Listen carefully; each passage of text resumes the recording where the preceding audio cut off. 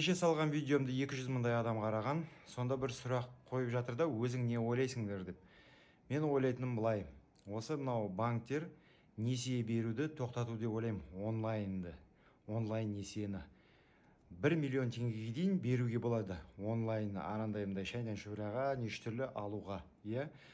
Бытовой техника ма, сондайға миллион теңгеден асатын болса, банктер шектеу қою керек. Өйткені қалай енді ол алаяқтарға да кішкене бөгет болады. Бірақ өзіңіз физический банкке барасыз, миллионнан асып тұрса, өздеріңізге керек ақшаңыз, миллион, 2 миллион аласыз ба, 3 миллион аласыз ба, 10 миллион аласыз ба, оның несі жоқ, разницасы жоқ.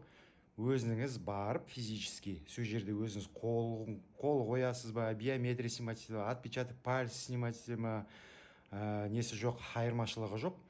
Сонда барып өзіңіз видеокамерамен түсіріп, солай ғана дәлелденсе ғана адамды ғана сол кезде ғана жүктеу керек.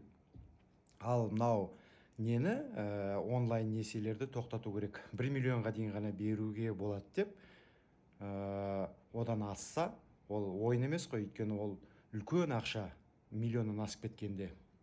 Сол үшін мінекей, например, автокредит алады ғой адамдар. Автокредит алған кезде 7 миллион алады, 10 миллион алады, 12 миллион алады, одан да аса алады. Сол кезде оған одобрение келсе де, ол барады. Сосын оны қарайды, машинаны оценкасын жасайды, саған қарайды.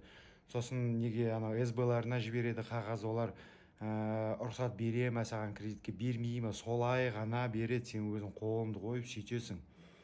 Вот сондай нәрсе болу керек. Миллионнан асқан ақша алғысы келген адамдар солай ғана алу керек. Сосын депутаттарға, мынау министрлерге айтар, мынау Мұрат Әбенов шықты ғой, алдындағы видеода айтып, осындай Қостанай облысында болып жатыр, осындай мошенниктер болды, банк өз несиелерін өзі алып тастады, бүйтіп тастады деп.